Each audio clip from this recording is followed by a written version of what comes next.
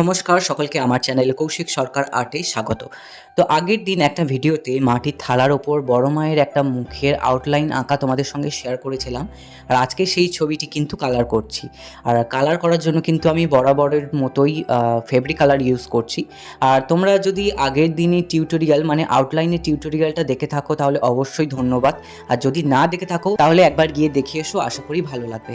আর দেখো আমি যেহেতু আউটলাইন আঁকার আগে থালার ওপর একটা বেস কালার করে নিয়েছিলাম, তাই এখন যে কালারগুলো করছি সেই কালারগুলো কিন্তু সুন্দরভাবে ফুটছে, মানে কোথাও কোনো দাগ পড়ছে না, কালারগুলো সুন্দরভাবে ব্লেন্ড হচ্ছে আর প্লাস ব্রাইটও হচ্ছে।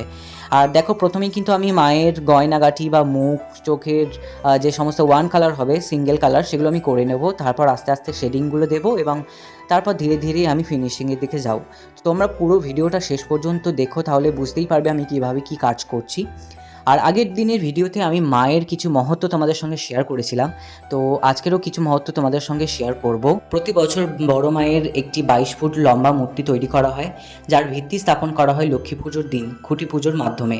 15 দিন ধরে নির্মিত প্রতি বছর 12 কিলোগ্রাম সোনা এবং 200 কিলোগ্রাম রূপোর অলংকার দিয়ে প্রতিমাকে সাজানো হয়। এতে সোনার চুড়ি, মুকুট, নেকলেস, চোখের সাজসজ্জা, জিহ্বার সাজসজ্জা, নূপুর এবং চাঁদমালা রয়েছে। মন্দির প্রতিষ্ঠার পর 100 বছর ধরে সমাজের সকল স্তরের মানুষের দেওয়া ছোট ছোট গয়না এবং বিন্দি দিয়ে অলংকারগুলি তৈরি করা হয়েছে।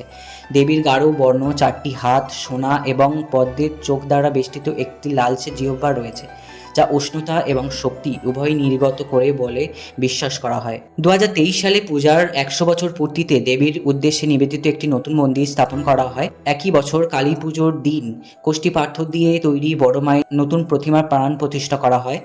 2024 সালে তার 101 বছর পূর্তি উপলক্ষে দেবীকে একটি রূপোর ভূত এবং চাবি দেওয়া হয়, যা 35 থেকে 40 কেজি রূপোর তৈরি করা হয়েছিল, যা তার ভক্তরা তাদের মানতের সাফল্যের জন্য বড়মাকে দান করেছিলেন। তার মহত্ব সাধারণ মানুষের কাছে ছড়িয়ে দেওয়ার জন্য প্রায়শই তার উদ্দেশ্যে নিবেদিত ভক্তিমূলক গান রচিত হয়।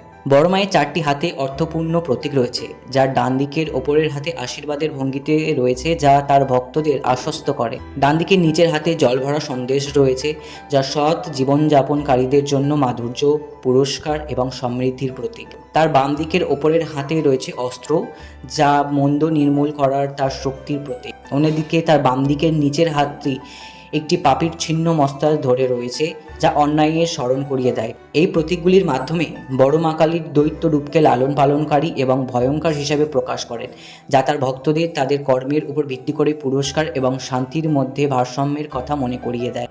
তো দেখো তোমাদের সঙ্গে কথা বলতে বলতে কিন্তু আমার অনেকটা কাজ হয়ে এসেছে, আর বাকি যে কাজগুলো রয়েছে তোমরা মিউজিকের সঙ্গে কিন্তু একটু মন দিয়ে দেখো, তাহলে বুঝতেই পারবে আমি কিভাবে কি কাজগুলো করলাম।